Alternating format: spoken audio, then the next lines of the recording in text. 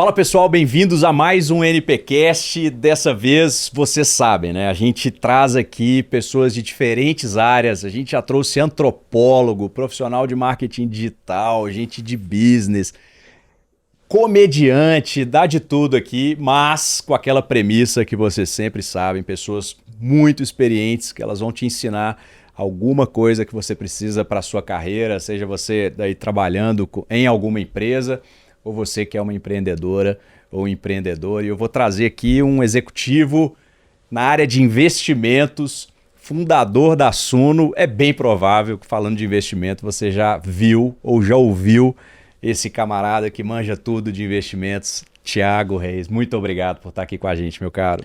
Prazer enorme estar aqui com vocês. Boa, muito bom. Cara, a gente vai falar aqui de negócio, de empreendedorismo e tal, e a gente vai falar de marketing também, né? Você é um cara, você mesmo disse, né? Pô, eu sou um analista de investimentos, mas é um cara que manja muito de marketing, né? Assim, a gente estava falando aqui nos bastidores, muitas coisas que eu já pesquisei no Google, eu encontrei vocês ou no próprio YouTube. A gente vai falar um pouco disso também, mas eu queria que você falasse um pouco já dessa criação da Suno, como é que foi essa sua ideia, porque a gente, pelo menos para mim, cara, assim, me considero um leigo nessa área e era mais leigo ainda. E a impressão que eu tenho de algumas empresas de investimento é, porra, o cara quer te vender alguma coisa para ele bater a meta dele e não aquilo necessariamente é a sua necessidade. E todos os vídeos que eu assisto você falando ou o conteúdo da Suno, você tem uma preocupação muito grande com aquilo que faz sentido para a pessoa que vai comprar ou que vai pegar algum conselho de vocês. Como é que foi essa criação da Suno e de onde veio assim, essa ideia de buscar ser original, de olhar mais para o cliente e não para o seu produto? Bom, Rafael, obrigado por essa pergunta. Essa pergunta tem tudo a ver com o nosso DNA. Você entra na Suno, tem lá a nossa missão, visão, valores, e que não é só algo que está na parede, é algo que está dentro de nós. Né? E a nossa missão é trazer as melhores alternativas de investimento para os nossos clientes. Essa é a missão. Cliente em primeiro lugar, o que de fato é verdade. Então, a gente construiu a empresa com premissas bem diferentes do que outras instituições que você falou. A premissa principal é o alinhamento com o cotista ou com o nosso cliente, seja ele das mais diversas áreas, e não ter o modelo tradicional de comissionamento, como é muito tradicional em outras instituições. Tem a meta do mês, precisamos vender este produto para este cliente. Não, nas diversas áreas da Suno, depois a gente pode falar, a meta é sempre entregar o que existe de melhor no mercado para os nossos clientes. Então, na research, a nossa meta é estar entre as melhores análises do Brasil, coisa que a gente de fato tem entregado. As nossas carteiras superam os benchmarks com certa folga. Na área de fundos, na gestora, ter os fundos mais bem posicionados naquelas categorias em que nós atuamos. Fundo de ação, temos que bater os nossos pares, temos que estar no quartil superior. Todos os fundos que a gente criou estão muito bem posicionados nos rankings em que a gente atua. E por último, na área de advisory, a gente fez algumas coisas que não são tão comuns no Brasil, inclusive importando modelos de fora, como o modelo de preço único. Então, na consultoria, por exemplo, a gente cobra um valor, cerca de mais ou menos um pouco mais de R$1.000 por mês, e você tem um consultor que vai trabalhar como um advogado trabalhando do seu lado contra o sistema. Então, ele não ganha nenhum tipo de comissão, nada do tipo. Obviamente, isso tem um custo, porque é um serviço, tem uma pessoa ali muito bem treinada dentro da nossa filosofia, mas que não tem nenhum truque sujo, não tem nenhuma remuneração adicional além daquilo que já é público e notório e combinado com o cliente. Então, a gente construiu a empresa em cima dessa premissa, de ter o máximo de alinhamento possível com o cliente e, obviamente, isso aí traz retornos muito acima da média do mercado. Depois a gente pode falar um pouquinho mais disso aí também ao longo da nossa conversa. Vamos falar sobre isso, cara, porque assim, quando a gente fala em produtos ou serviços de muita qualidade, isso é grana, é custo, né? E como você falou, você então vai ter que capacitar muito bem a pessoa que trabalha com você. Consequentemente, significa que às vezes você pode pagar um pouco mais do que o mercado e etc e tal. E isso, de alguma forma, no curto prazo, vai mexer na sua P&L. Né? Você tem um custo alto. Como que você... A Suno já nasceu com essa premissa de qualidade. Sim. E como é que foi essa questão de ter coragem ali no começo para falar, eu vou oferecer um negócio de qualidade, mesmo sabendo que isso é mais caro e pode ser um risco para mim em termos financeiros? Não é mais caro, é mais transparente. Então... a Suno ela começou com um modelo de assinatura, né, em que eu fazia tudo no começo. Eu analisava as ações brasileiras, para quem já acompanha há muito tempo, não mudam tanto. Né? Você pega as grandes empresas, elas são muito parecidas com o que eram 5, 10 anos atrás. Então elas não mudam tanto. E eu já tinha esse conhecimento dentro de mim. E aqui, através de uma assinatura, as pessoas poderiam ter acesso a essa inteligência de mercado. De certa forma, o que eu levei foi, em vez de eu trabalhar numa outra instituição, eu trabalhei na Suno e cobrei meu homem-hora da Suno bem barato nos primeiros 2 anos para o negócio escalar. Então, eu ganhei um salário mínimo a pedido do meu contador. Eu, por sorte, tinha um war chest, né, um patrimônio que me dava dividendos suficiente para eu ter uma vida confortável. Apesar do meu salário ser um salário mínimo nos primeiros 2 anos da Suno, quem vive em São Paulo sabe que isso aí é insuficiente para ter uma vida no Itaim, onde a Suno sempre operou. Então, eu estava subsidiando a empresa, poderia ter ido por outro caminho, e beleza, foi uma escolha que eu e alguns investidores optamos, e acho que foi uma boa escolha. E obviamente que depois eu fui formando pessoas, treinando novas pessoas, para justamente a gente conseguir ter sempre talentos trabalhando conosco. E ao longo do tempo a gente foi obtendo escala, né? Então, hoje a Suno, a gente acredita que já é a maior empresa de assinaturas, né? De análise. Temos na Asset 200 mil clientes, mais até 230 mil clientes. Não são tantas empresas que têm isso. E com isso hoje a gente consegue recrutar bastante talento. Legal. Além da partnership, que é um outro assunto. Sim. Bom, e como que você enxerga o Brasil hoje, cenário, economia, política, voltado aí para quem quer empreender ou para quem já está empreendendo? O que você enxerga um futuro melhor ou bom, vamos lá. Uma coisa as oportunidades que existem, que eu acho que são infinitas. Eu tenho me aprofundado em alguns setores, né, que são relevantes para nós, como o agronegócio e o setor de real estate, né, construção civil, e eu vejo oportunidade para tudo quanto é lado. Agora, uma coisa é oportunidade, outra coisa é crescimento econômico, né? Muitas vezes as coisas não têm muito a ver. O crescimento econômico é o bolo crescendo. Oportunidades são arbitragens que existem na economia, que você consegue pegar funding barato num canto e aplicar em taxas melhores em outro canto. Isso eu ainda vejo bastante oportunidade, vamos dizer assim, de value investing do empreendedor na economia. Quanto mais eu me aprofundo, eu vejo muita oportunidade em vários cantos, porque o mercado em geral, os empreendedores em geral, eles não têm muito conhecimento de mercado de capitais. E com isso, muitas vezes não conseguem ter acesso a um funding competitivo. E ao longo dos últimos anos, aqueles empresários que souberam utilizar o mercado de capitais, eles prosperaram muito mais que a média das empresas do segmento deles. Então a gente pode falar do segmento de carne, segmento de celulose, segmento de siderurgia, praticamente qualquer segmento que a gente fale hoje, as empresas listadas souberam acessar o mercado de capitais, são listadas por conta disso, e ao longo do tempo conseguiram ter um custo de capital menor e com isso chegarem mais competitivas na ponta e ganharem participação de mercado. Então, praticamente todos os setores que se conectaram com o mercado de capitais ganharam market share, mas eu ainda vejo uma baixíssima penetração de mercado de capitais na economia, e fazer esses links tem muita arbitragem na mesa. Agora, crescimento da economia é outra coisa, é produtividade, que também tem a ver com o empreendedor, mas não só empreendedor. Tem coisas que o empreendedor não consegue melhorar, ou vai demorar muito tempo, ou talvez não tenha nem oportunidade porque são setores regulados. Então, educação, ambiente de negócios, infraestrutura, essas coisas não estão sob meu e o seu controle, infelizmente estão sob controle de terceiros, e infelizmente não vejo essas forças governamentais com o interesse de melhorar esses aspectos no país de maneira profunda como nós precisamos fazer desesperadamente. E aí, cara, isso você acredita? Porque tem gente que olha para esse cenário, vê poxa, empreender no Brasil, sei lá, velho, acho que você empreende em qualquer lugar de tanta dificuldade que tem. Mas isso desanima muitos empreendedores. Por outro lado, existem as oportunidades que você comentou.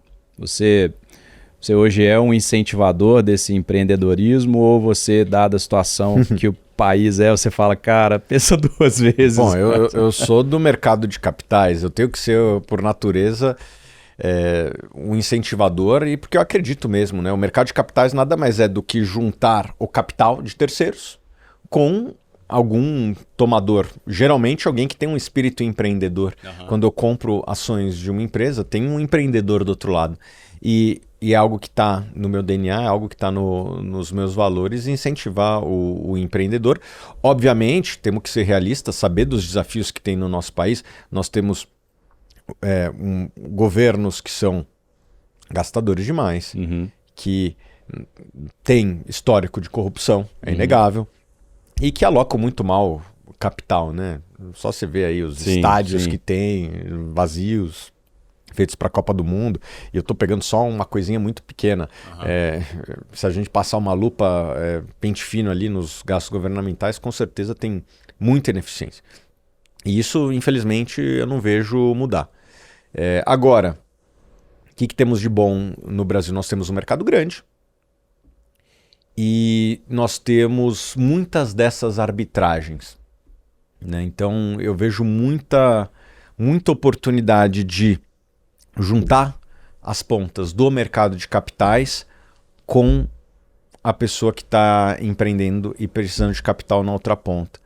E eu ainda vejo essa desconexão entre esses dois mundos e a Suno está justamente cada vez mais atuando nesse meio de campo e, putz, cada setor que eu analiso eu vejo oportunidades mil. É isso que eu ia te perguntar, como que um empreendedor, você falou dessa falta de conhecimento, que inclusive é minha também, como que um empreendedor pode fazer para aprender um pouco mais sobre isso, para saber onde buscar um capital que para ele vale a pena e não seja tão caro para que ele possa crescer o negócio dele?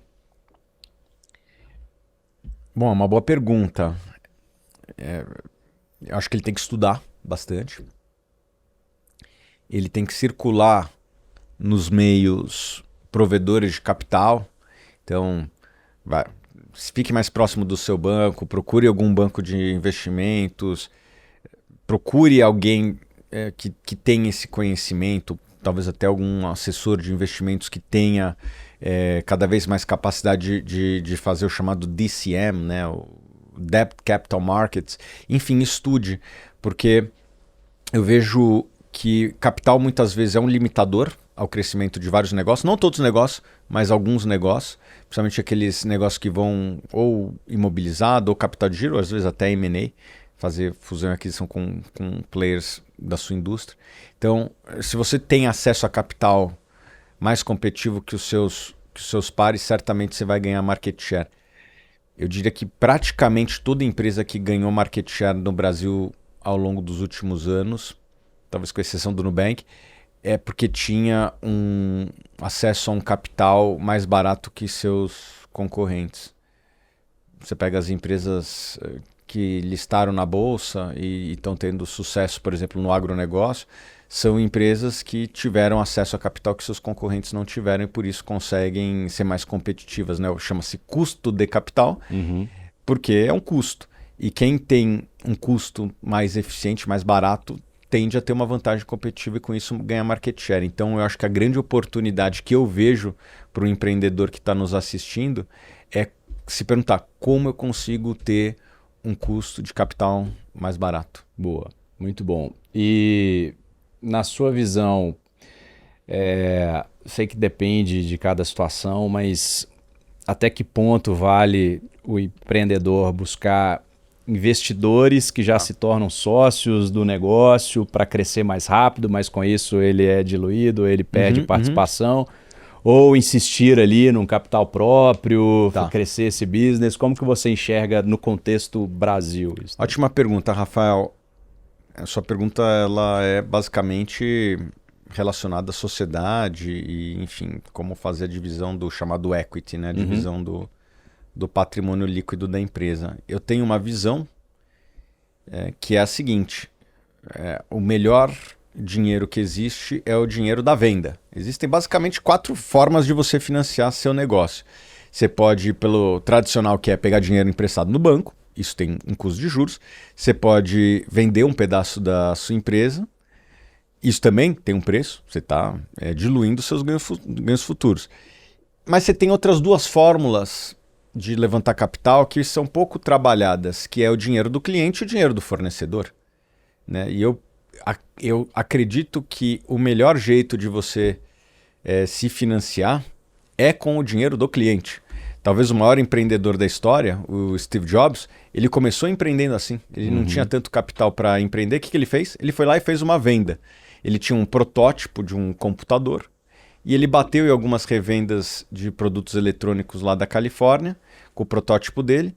E uma das revendas falou: gostei, quero 100 desses. E ele não tinha nem capacidade produtiva para aquilo. E ele foi esperto. Ele falou: tá bom, mas eu quero adiantado. Pegou o dinheiro adiantado e com isso ele construiu a Apple. Obviamente que depois a Apple abriu capital, trouxe outros sócios, etc. Mas repare, o primeiro capital do negócio não veio nem dele, não veio nem do bolso dele. Veio do bolso do cliente.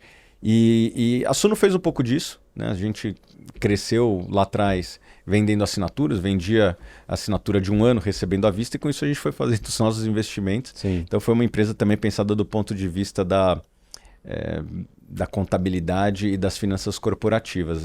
Tudo que eu aprendo nos negócios dos outros eu tento trazer para o meu também. Então eu acho que essa é a melhor saída. Eu entendo que nem todo negócio tem condições de fazer isso. Né? Se o camarada que está nos assistindo tem uma siderúrgica e quer duplicar sua capacidade, ele vai ter mais dificuldade.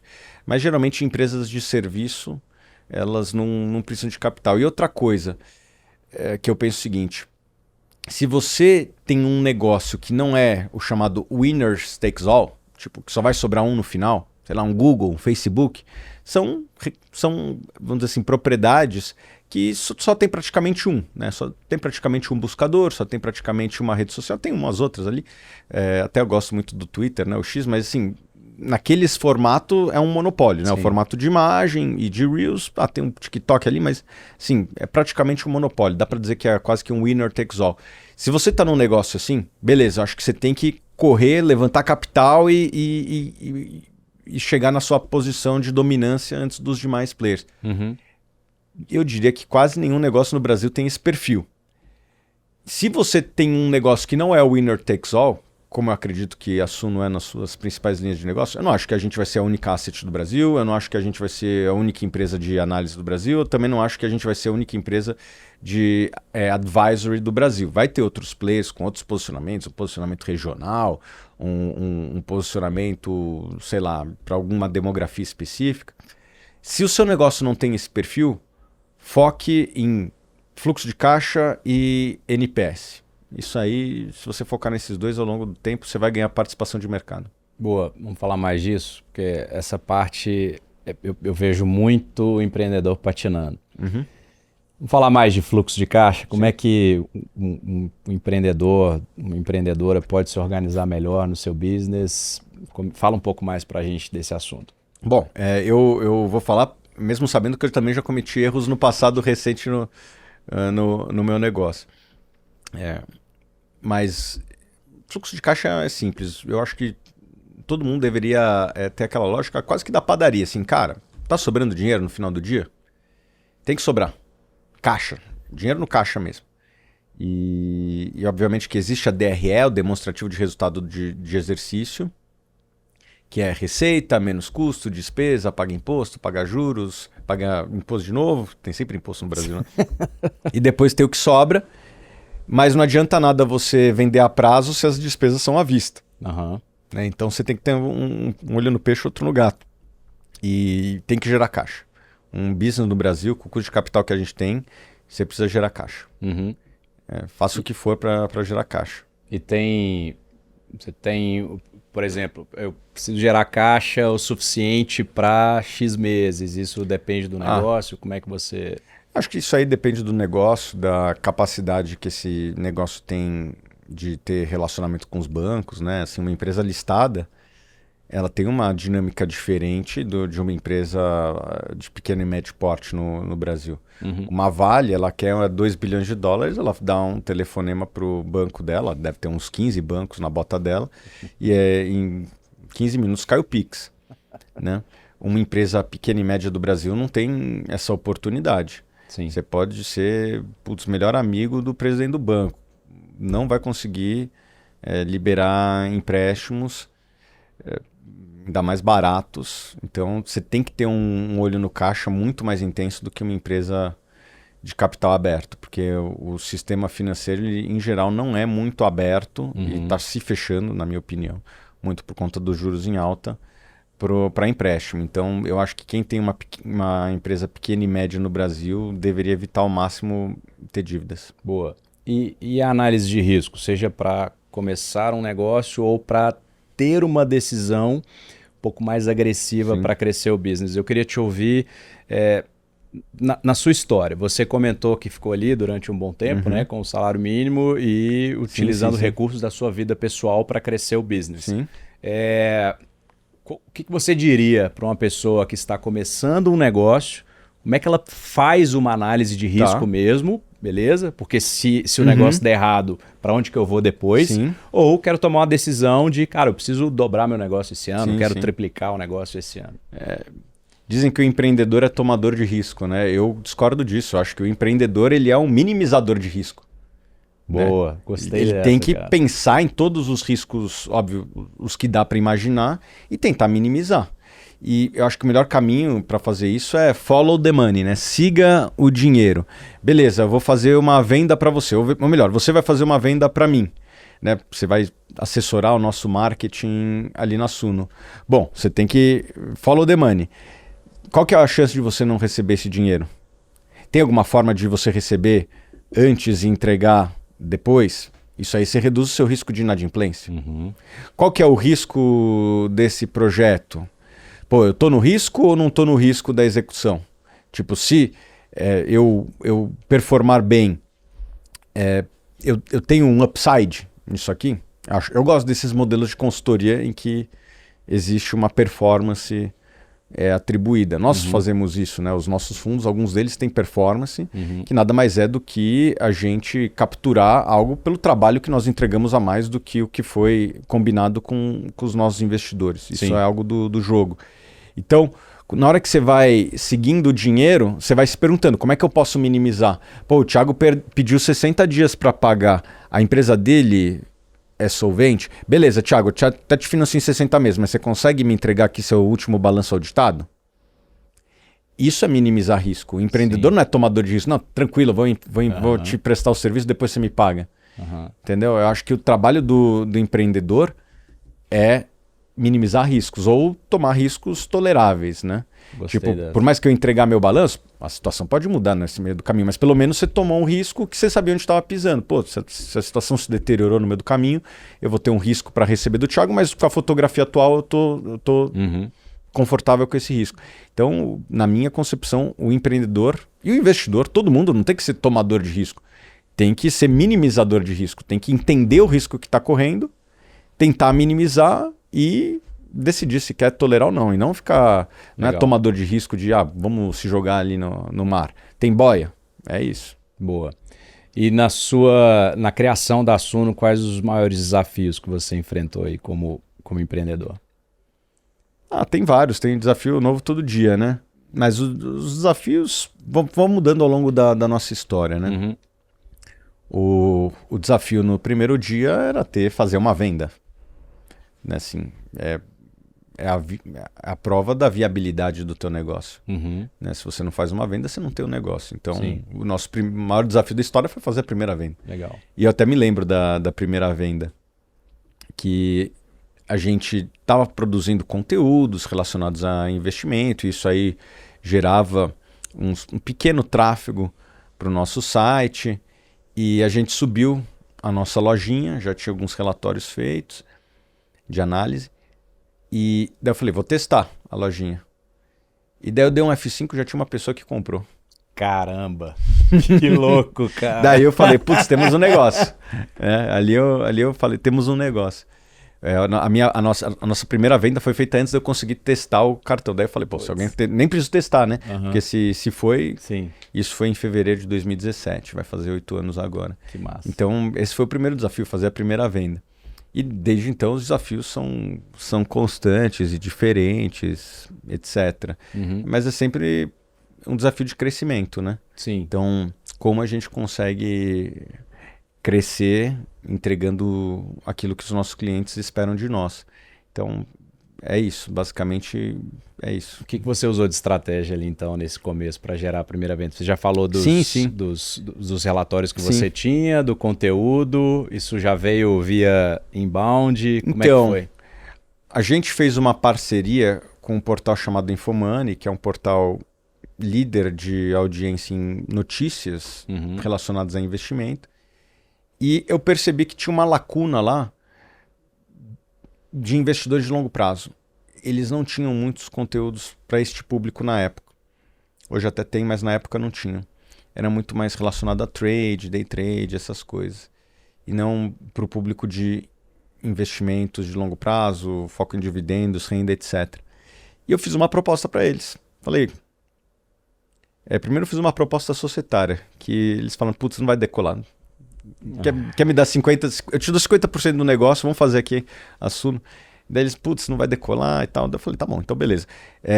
Eu vou ficar aqui com o meu negócio, mas você me dá um espaço aqui para escrever? Não, isso dá para fazer. Eu falei, pô, melhor, consegui o que eu queria sem precisar abrir mão do negócio. E daí eu comecei a produzir conteúdos lá, em que basicamente eles deixavam disponível mais ou menos metade do conteúdo e a outra metade tinha aqui para o meu site fazer o download. E tinha e tem um fluxo muito grande o Infomoney, e com isso eu consegui juntar os meus primeiros 10 mil leads, né, os meus 10 mil primeiros assinantes, não assinantes da empresa, mas assinantes da mailing list, né? Praticamente de graça, não gastei nada com isso. Não gastei com servidor, montar o site e tal, mas assim, um custo muito baixo. Foi parceria, né? Essa é uma das formas de crescer, né? A parceria. Então, foi bom para os dois lados. Para a Suno foi bom, porque eu consegui a minha primeira base de leitores. E para o Infomoney foi bom também, porque eles conseguiram um conteúdo bom, de qualidade, gratuito. E eles descobriram que tinha um espaço lá para esse público de investimento de longo prazo. E hoje tem até cursos voltados para essa turma e tal. Então, eu ajudei eles a descobrir que existia esse nicho dentro da base deles que eles desconheciam. Então, a parceria é isso, né? Win-win. Acho que os dois saíram mais fortes do que entraram. Legal. Cara, você é uma das pessoas que mais influenciam assim, positivamente, não só na minha opinião, como de várias pessoas. Pela sua profundidade, pela sua seriedade, como você encara, enfim, esse mercado de investimentos, mercado financeiro. A gente vê um monte de conteúdo em rede social que é para viralizar, que é para polemizar, que é para gerar aquele barulho, e daí as pessoas vendem um curso, alguma coisa, o negócio está bem zoado. E essas pessoas que às vezes criam esses conteúdos, cara, para viralizar, não significa necessariamente... Primeiro que elas não vão falar algo com profundidade, porque o que é profundo já é mais difícil viralizar. Como que você fez, assim, desde o começo, né? Eu te acompanho já há muito tempo, você não abriu mão de valores, você não abriu mão do seu jeito, mas conquistou um espaço muito grande. Né? Só no Instagram são o quê? 1,7 milhão de seguidores. Como foi essa trajetória sua de trabalhar a sua marca pessoal e colocar a Suno também com uma proposta de marca que gere credibilidade para as pessoas? Legal, Rafael. Bom, antes de tudo, sou analista. Eu sou analista de investimentos, se não me engano, desde 2010. Faço parte da PMEC, que é o órgão de autorregulação da nossa categoria. A profissão de analista de investimentos é algo regulado, mais ou menos que nem a OAB, tem CRM para médico e tal. E eu sou analista faz muito tempo, já vai fazer 15 anos. muito antes de existir as redes sociais que hoje são muito populares, né? Naquele ano, 2010, se não me engano, não tinha Instagram. O Twitter estava começando, o YouTube estava começando também. Então, as redes sociais estavam começando, né? Então, eu me considero um analista que tem uma presença em rede social. Eu vejo outros chamados influencers, e eu nem gosto de ser chamado de influencer, porque eu vejo vários outros influencers, obviamente que existem exceções, mas que não têm um grau de profundidade, que não estão aderentes à regulação vigente do país. Isso aqui é uma profissão regulada. E que, por consequência, não tiveram a vivência para fazer uma análise. Opinião sobre as coisas é fácil ter. Né? A ação da Petrobras vai subir, vai cair, qualquer um consegue ter opinião. É mais ou menos que nem opinião sobre a seleção brasileira em época de Copa do Mundo. Todo mundo tem opinião. Obviamente que não é porque eu tenho uma opinião sobre a seleção que isso me qualifica para ser técnico da seleção. E investimentos é a mesma coisa. Mas assim, o que eu tento me diferenciar é justamente fazendo o que eu sei fazer de melhor, que é fazer uma análise. Por exemplo, a Petrobras soltou um prejuízo no segundo trimestre. Putz, eu via muita gente falando umas besteiras assim, olha aí o prejuízo, não sei o quê. Cara, isso aqui foi a marcação a mercado da dívida num período em que o dólar subiu. Então, se a empresa devia 60 bilhões de dólares, quando o dólar sobe, na hora que você marca em reais, sobe. Então, se o dólar era 5 e ela devia 60 bilhões de dólares, era 300 bilhões de reais que ela devia. Se o dólar vai para 5,50, agora ela não deve mais 300 bilhões de reais, ela deve 330. Mas isso não necessariamente é um prejuízo. Por quê? Porque é só a marcação a mercado da dívida. Boa parte da receita que ela vai ter no futuro também vai ser em dólar. Ela vende uma commodity que é em dólar. Então, na minha concepção, mais do que entender a DRE, neste caso específico, é importante se olhar o fluxo de caixa, que de fato tinha sido bem gordo o fluxo de caixa. E daí eu trago esse conhecimento para as pessoas. O departamento de RI da Petrobras até me contactou, falou, obrigado, Thiago, por alguém. Por alguém explicar. Eu falei, não precisa pedir obrigado, eu estou fazendo o meu trabalho, aquilo que é a regulação e as pessoas esperam de mim. Então é basicamente isso, assim, é o trabalho do analista que é potencializado pelas redes sociais. Eu vejo muito analista bom, alguns que eu admiro e consulto, mas que eles não têm o prazer, ou não têm a vontade, ou não têm vamos dizer assim, o métier da comunicação, e por conta disso ficam fora desse ambiente de redes sociais. Eu me considero um analista que estou na intersecção desses dois mundos. Eu consigo falar, consigo me expressar, mas também consigo trazer para um linguajar que as pessoas entendam aquilo que a gente discute no dia a dia. Porque muitas vezes o linguajar do investimento, na hora que a gente fica conversando com os nossos pares analistas, tem sempre palavras em inglês. EBITDA margin, free cash flow yield, net debt. Eu consigo falar isso, só que dificilmente você vai ver eu usando essas palavras na internet. Eu tenho um código de ética com os meus analistas lá que a gente não fala a palavra em inglês. Com exceção de dividend yield, porque a gente não conseguiu outra palavra em português. Mas a gente tem que falar em português para que as pessoas que estão do outro lado nos entendam. Né? O Brasil, infelizmente, tem uma população que a grande parte não sabe falar inglês. Sim. 90 e poucos por cento, 93% dos brasileiros não falam inglês. Se a gente quer democratizar esse mercado, e depois já vamos falar de várias iniciativas que nós fizemos para democratizar, a gente tem que falar a linguagem das pessoas. Né? Não é só net debt em free cash flow yield, porque senão o cara do outro lado vai perder a atenção dele e vai ver o Felipe Neto. Né? A gente tem que falar isso, mas de uma forma que as pessoas que estão do nosso lado entendam, porque senão, de certa forma, até um desrespeito com as pessoas que estão nos assistindo do outro lado. Então, esse tem sido sempre o nosso posicionamento, assim, transformar o complexo em simples para quem está do outro lado nos entender. Fantástico, cara. A gente vê isso em várias áreas, né? Você pega a área da saúde, eu vejo alguns Instagrams, assim, de médico que quer, enfim, sei lá, cirurgia X, ortopedista, dermatologia, o que quer que seja, advogado. Tem muita gente que Acho que é um hábito, né? Como aqui dentro a gente só fala dessa forma e todo mundo entende, se eu levar isso lá para fora, Sim. não sei, às vezes alguns até pensam assim, tipo, eu vou mostrar que eu sei demais, né? O cara fala tanta coisa que você fica olhando pra cara dele assim e falou, mano, não tô entendendo absolutamente nada que você tá falando. Não tá falando a minha língua, né? Então fica mais difícil comprar de alguém que não fala a língua. Eu acho que essa é uma habilidade, fazendo uma reflexão aqui, uma habilidade que eu desenvolvi ao longo do tempo, que é Legal.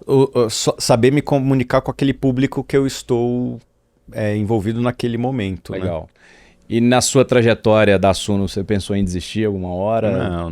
Não dá para desistir, né? Empresário que pensa em desistir não tem chance. Não era para nem ter começado, né? Não. Mas qual foi o maior desafio que você enfrentou? Teve vários. Assim, obviamente que a pandemia foi um desafio para todos os negócios do mundo, né? Uhum. Não só para nós, imagino que para vocês. No primeiro momento é aquele choque, né? Tem até uma questão de saúde das pessoas e tal. Extrapola o profissional naquele momento. A gente vinha num ritmo de crescimento muito forte. E a gente vinha crescendo 3 vezes todo ano. Pá. E daí vem a pandemia, cara, um freio. Em vez de crescer 3 vezes, cai 20. Né? A bolsa cai, o interesse por investimentos cai num primeiro momento. Naquele mês de fevereiro, março. Março de 20 ali. Né? Foi E tenso. eu me lembro que ali eu fazia a reunião de caixa diária. A gente tinha um caixa, mas obviamente temos que proteger isso aqui, porque pode ser que seja o nosso último dinheiro, entendeu?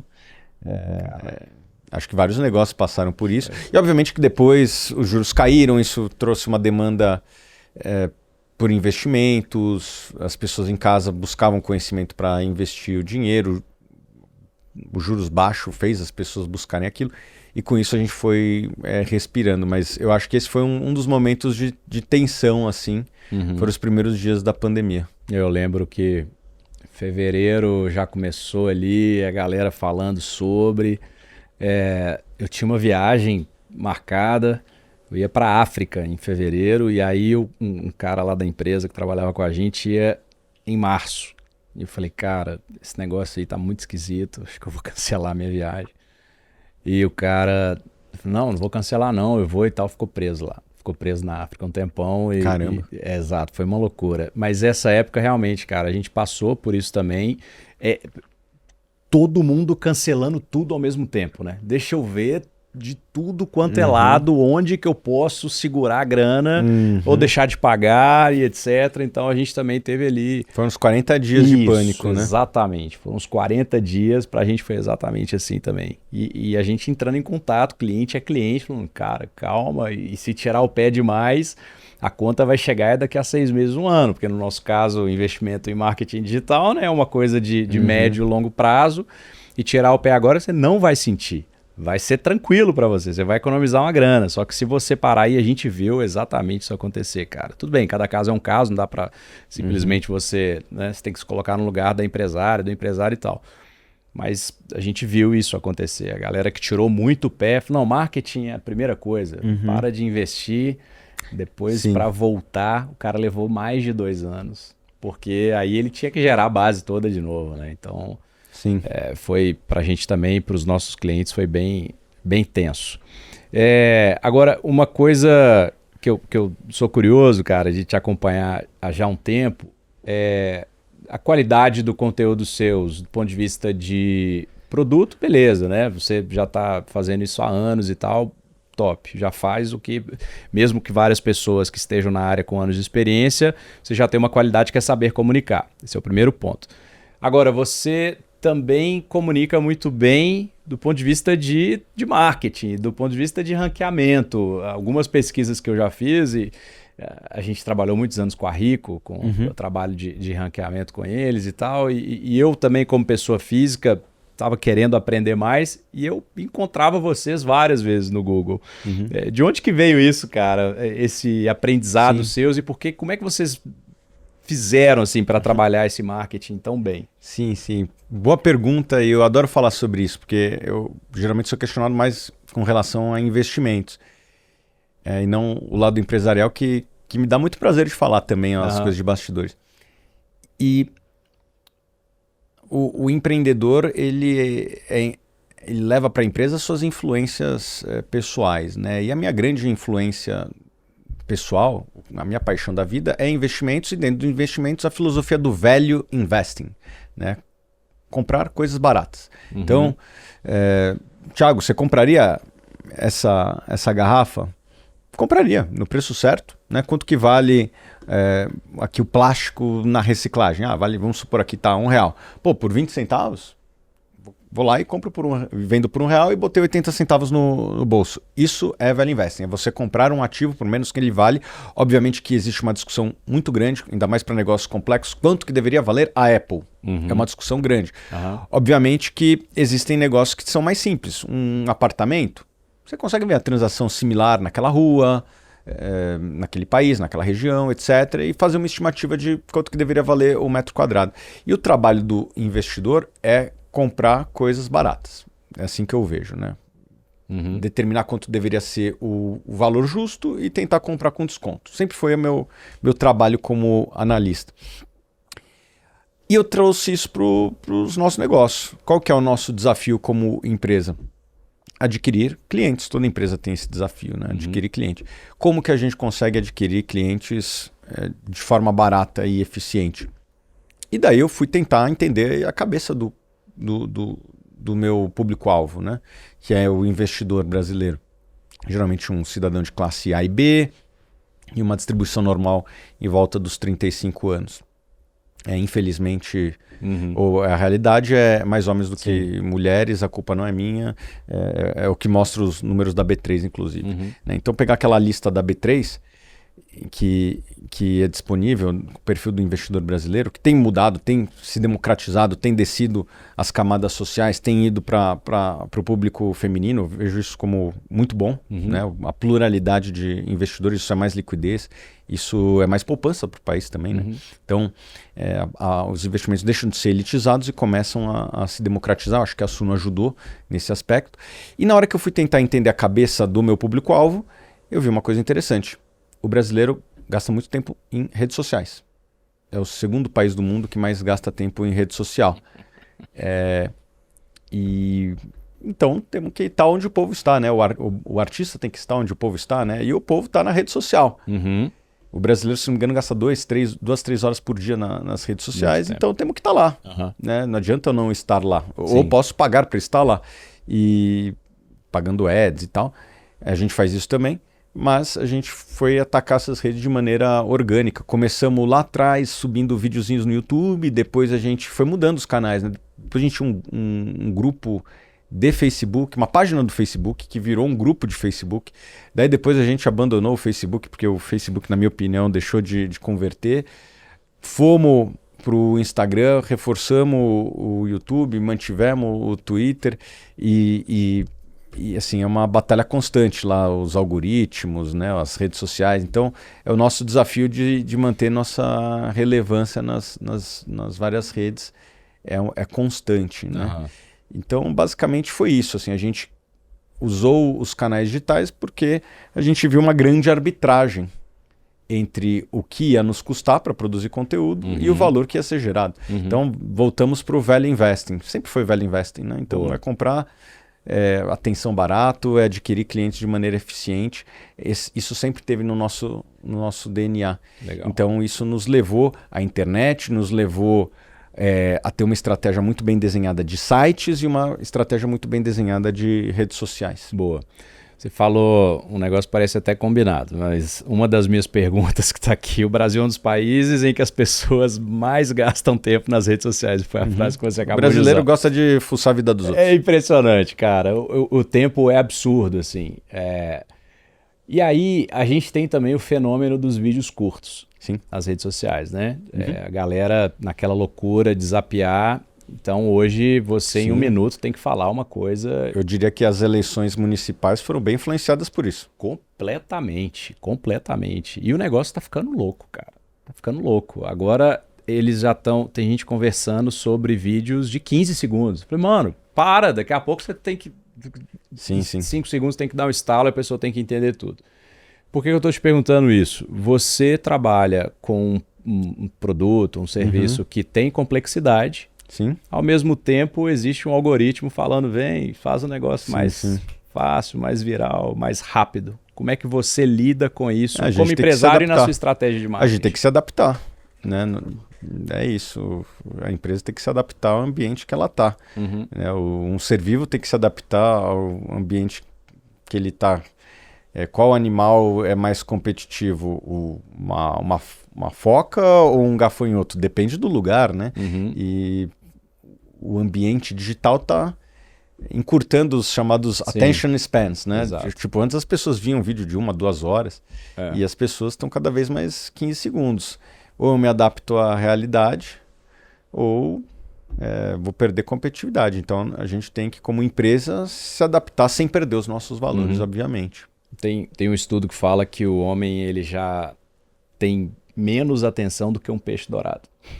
A atenção do homem já hoje é de 6 segundos para prestar atenção em alguma coisa e já 6 segundos depois já foi para outra. Mas como que você mantém a qualidade do seu conteúdo com essa mudança? Esse é um desafio, né? É um desafio que a gente está em constante aprendizado. Eu sinto os nossos testes, eles caminham para as polêmicas da vida, etc. e tal. Então, consigo dar um exemplo aqui. Um dos vídeos mais vistos nossos, recentemente, é um corte que eu proponho que as pessoas botem numa planilha de Excel se vale a pena alugar ou comprar uma casa. Esse tipo de coisa bate frontalmente numa crença que existe no Brasil sobre a figura da casa própria, né? Que é algo que botaram na nossa cabeça. Se você for num dos países que tem mais milionários per capita, se não me engano, é o país que tem mais milionário per capita é a Suíça. E lá não existe a cultura da casa própria. Então, não é algo que está no nosso DNA. Não é algo que as pessoas nascem, que nem o oxigênio, que as pessoas nascem respirando. Vai ficar um bom corte esse. Boa. É algo que botaram na nossa cabeça, certo? Total. Temos que ter casa própria. Na Suíça não tem. E as pessoas são felizes lá, as pessoas são bem-sucedidas, são até mais ricas per capitamente do que nós, né? Per capitamente, não sei nem se existe esse termo. Mas sim, por pessoas são mais ricas do que nós. Então, isso é algo que botaram na nossa cabeça. Esse tipo de conteúdo vai ficar um corte bom e vai viralizar. E daí a gente tem que trazer essa discussão. Faz sentido. Baixa a planilha aqui e saiba mais. Isso aconteceu comigo. Eu vendi meu apartamento e aí meu pai falou: por que você vendeu o apartamento? Porque eu vou morar de aluguel. E o dinheiro, meu filho? Então, vou alugar. Porque no aluguel eu consigo morar num lugar melhor. Não vou ter grana para morar num apartamento desse que eu quero. E vou deixar a grana lá rendendo. Vai ficar um bom corte aqui. Falar, convenci ele a não ter um imóvel. Cara, mas até hoje... Assim, agora eu comprei, mas a pressão em casa também foi grande. Mas meu pai ficou durante anos. O meu irmão, por exemplo, não tem. E nem vai comprar. E tá juntando a grana, investe.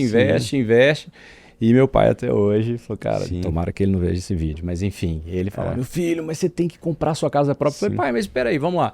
Primeiro é eu ter a grana para pagar a vista aqui e chamar esse apartamento ou essa casa de minha, né?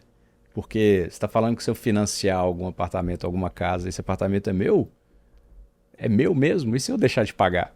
Quem vai ficar com ele? Sou eu? Ele falou, não, eu vou perder o negócio. Então não é casa própria, só é casa própria você tem a grana para pagar à vista. Então tem muito isso, né, cara? Meu pai comprou, ele financiou 30 anos. Isso. E aí para ele desde o começo era a casa própria.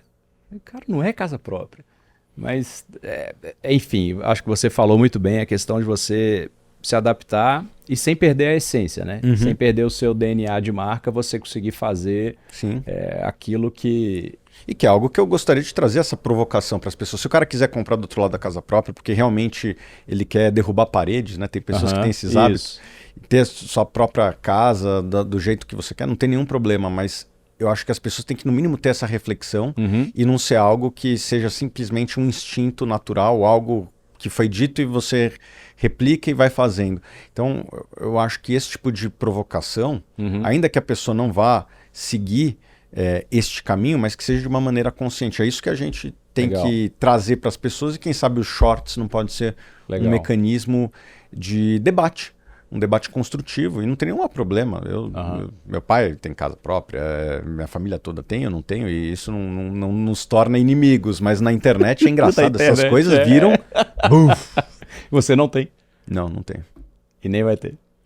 Lá em casa, em algum momento, talvez eu vou ter que ceder alguma pressão, mas se... Eu cedi. Mas se isso não acontecer, eu vou viver de aluguel pelo resto da vida por uma questão matemática e também de liberdade. O que eu penso? Hoje a oportunidade está aqui. Amanhã pode não estar. Você ter uma casa que te prenda num local faz muitas vezes você abrir mão, né? Então, hoje você está aqui, amanhã o Neil pode te chamar lá para Los Angeles e se você tem uma casa, putz, isso aí vai ficar... É um pezinho na tua mente. Total. Se você não tem, cara, você rasga o contrato, paga multa, 2 meses e vamos lá.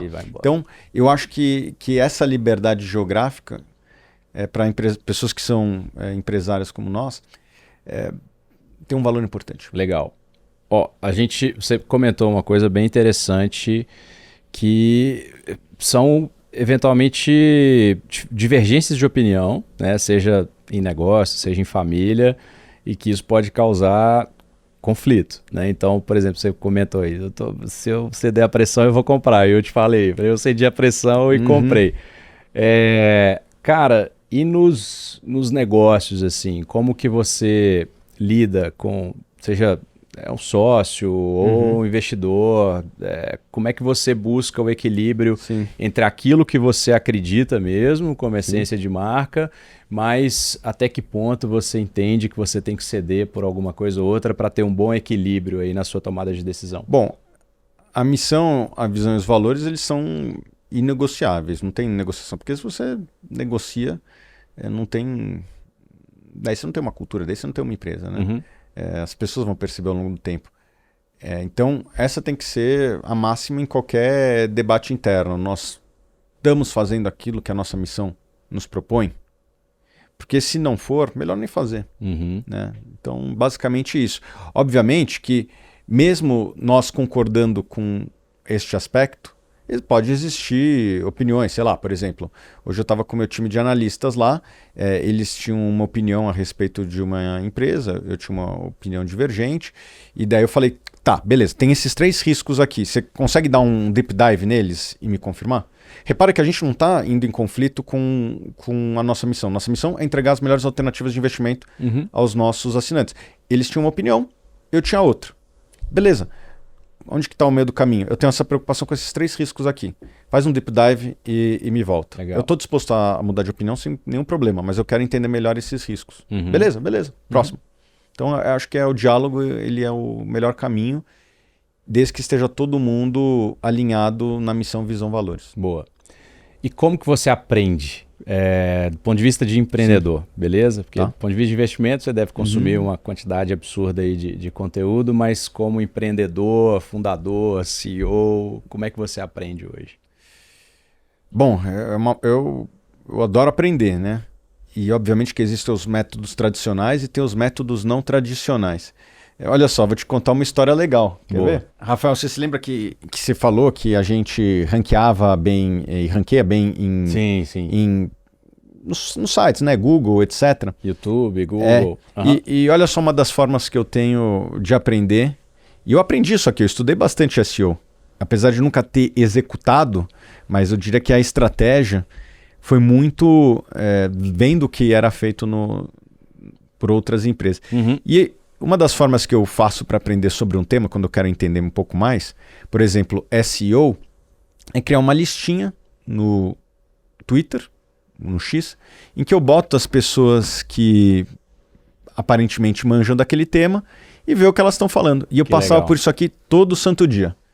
Era 1-2 horas de aprendizado que eu pegava todos os caras do mundo, tem 600 caras aí nessa lista, os experts. Caramba, cara. E eu li o que esses caras faziam. Eu fiz isso durante 1 ano. 1 ano? E daí eu aprendi uma coisa ou outra no meio do caminho, entendeu? Eu acredito muito nesse aprendizado por osmose, né? Que é o aprendizado, massa, tipo, de tanto que você ouve e fala, pô, você começa a entender daquele assunto. Eu nunca fui um profissional de SEO, mas depois de 1 ano lendo 1 hora por dia o que os experts do mundo falavam, uma outra coisa a gente foi aprendendo. Então, uma coisa que a gente aprendeu, que eu aprendi nisso aqui, ter mais de um site. A gente comprou 4, 5 sites de investimentos, né? Estados Invest, Suno, FIS, Funds Explorer, fiagro.com.br. Esses sites são nossos, muitas vezes as pessoas nem sabem que são nossos, mas são nossos. E isso aqui deu ver um post de um cara lá que falava de uma estratégia de SEO. Nem lembro quem era a pessoa, mas depois de absorver, você fala, poxa, isso aqui ninguém fez na minha indústria. Né? Então, acho que essa é uma fórmula boa de aprendizado. Pega um tema, faz uma listinha no Twitter e leia 1-2 horas por dia a respeito daquele assunto. É um curso bem interessante de fazer e gratuito. Legal. E alguma coisa inusitada hoje que você está aprendendo? Nessa época você aprendeu SEO, o que você está aprendendo hoje? Ads. Nós temos um desafio na Suno de publicidade de uma determinada área da empresa. É um ads diferente, que não é aquele arrasta para cima e compra. É um ads de branding, mais ou menos como a Coca-Cola faz. A Coca-Cola patrocina a Copa do Mundo. Quantas Coca-Colas ela vende no restaurante aqui embaixo? É difícil de metrificar. E isso tem pouca gente no mundo que estuda e que faz. Os ads do mundo viraram muito para conversão, né? Exato. E pouco para branding. Então eu tenho estudado um pouco disso aqui. Interessante. Agronegócio, que eu acho que está mega desconectado do mercado de capitais e é uma indústria enorme que a gente não tem noção o tamanho que é o agronegócio do Brasil. Ele hoje é por volta de 25% a 30% do PIB. Eu acho que vai ser 40% do PIB em 2040 e 50% em 2050. O agronegócio ele é imparável. A gente já é o segundo maior exportador de alimentos do mundo. Quando eu nasci, a gente não era nem top 10. E na opinião do primeiro colocado, que é os Estados Unidos, através do Departamento de Agricultura, eles acreditam que o Brasil passa os Estados Unidos na exportação até o final da década. Então, é raro você ver um segmento que o primeiro reconhece que o segundo vai passar. Sim. E tem a questão de biocombustíveis, que o mundo tem crescido essa demanda e o Brasil deve ser o maior produtor de biocombustíveis. E essa demanda, a gente não compete só pelas bocas do mundo, a gente começa a competir com a OPEP, né, que é provavelmente a maior indústria do mundo, ou a segunda, rivalizando com a tecnologia. Né? Então, se você pegar o valor de mercado das empresas de petróleo e energia do mundo, eu diria que deve estar brigando pela primeira posição ou talvez na segunda posição com as empresas de tecnologia que se tornaram muito grandes, né? Como Apple, Facebook, essas empresas. Mas há 10 anos atrás essas empresas eram, e vai ser um mercado sempre relevante, o mercado de energia.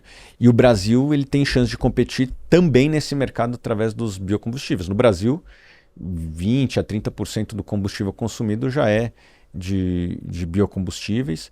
Estados Unidos está ainda numa etapa muito mais embrionária, mas está aumentando ano a ano. A Europa também, a mesma coisa. Então, é parte do futuro. E o Brasil pode ser um dos provedores de biocombustíveis para o mundo. E eu acredito muito que tem muita oportunidade no agronegócio de juntar o mercado de capitais com o mercado agro. Para dar uma iniciativa que nós estamos fazendo na prática, né, para sair do campo das ideias, nós criamos um Fiagro, que investe em propriedades no Mato Grosso, que é o principal praça do Brasil hoje, é o maior exportador de soja do Brasil, o maior produtor do agronegócio do Brasil.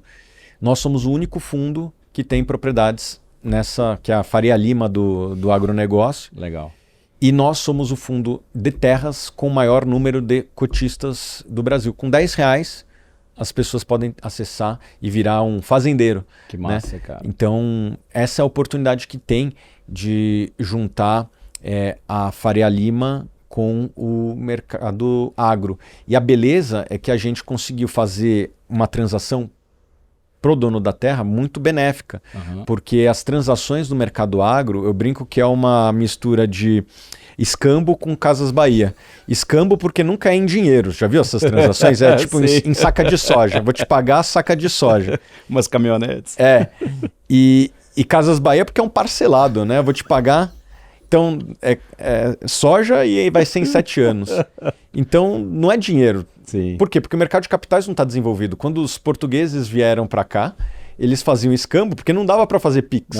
Né? Senão fariam. Né? Vende aí teu ouro por quanto que você quer. Faça o Pix. Só que não tem mercado de capitais, não tem sistema bancário. O que temos? Dá para trocar. Vamos trocar esse meu celular pelo seu microfone? Quando não tem dinheiro, é isso. E hoje o agronegócio ele ainda tem esse caráter de escambo.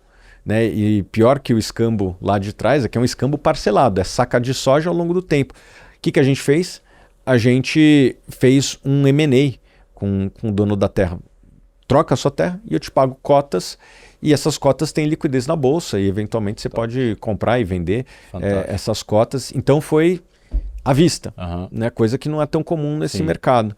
Então a gente começa com o nosso fundo, consegue dar também uma solução para os donos de terra do Brasil. Né? Não é só uma solução para o pequeno investidor se tornar um fazendeiro com R$10. É uma solução também para o fazendeiro receber em kind, não nesse escambo da Casas Bahia. Muito bom. Você influencia diversos pontos da cadeia. Né? Sim, e é melhor para todo mundo. Exatamente. Meu caro, livros. Algum livro que você indica dentro da linha de... fora de investimento, de empreendedorismo, de lição de vida, de liderança, o que quer que seja, algum que impactou demais aí a sua vida? Eu gosto muito dos livros de investimentos, mas já que você pediu livros fora de investimento, eu leio pouco livro fora de empresas, né? Assim, leio, sei lá, uns 5% do que eu leio de livros é fora do ambiente empresarial. Gosto de estudar as empresas, investimentos e tal, mas já que estamos aqui num podcast de marketing, tem alguns livros de marketing que eu acho interessantes, né? Eu gosto de um livro chamado Market Rebuilding. Os livros, acho que é Content Marketing de conteúdo. Acho que são livros que nos inspiraram lá atrás e que nos inspiram até hoje. Legal. E para o empreendedor entender um pouco mais do seu universo, o que você indica? Bom, leia tudo que tem do Warren Buffett, pega umas tardes da vida aí e pega os vídeos do YouTube do Warren Buffett. Quando eu comecei, eu não tive essa oportunidade. Não existia YouTube, eu comecei em 2003. Somente em 2006 que eu tive um CD-ROM de um vídeo do Warren Buffett. E hoje tem horas e horas, né? Dá para você maratonar aí. Leia tudo que tem do Warren Buffett, que eu acho que vai ser muito bom para os seus negócios. Boa. Muito bom. Eu mesmo vou fazer isso. Meu caro, muito obrigado. Sei do seu tempo corrido. Para nós é uma honra aqui. A gente sempre tenta trazer, diversificar aqui, né? Trazer executivas de áreas diferentes para que a galera que está aqui assistindo a gente tenha um conhecimento mais de alto nível. Você faz parte disso. Parabéns pela sua trajetória, que eu já acompanho há muitos anos. E sucesso para vocês e muito crescimento. Obrigado, um prazer estar aqui. Parabéns pela parceria com o Neil Patel. Eu nem falei aqui, mas o Neil nos inspirou muito lá atrás. Inclusive, nós fizemos parte do grupo dele, né? Nem sei se ele ainda tem. Demais. Infelizmente veio a pandemia, daí não deu para continuar.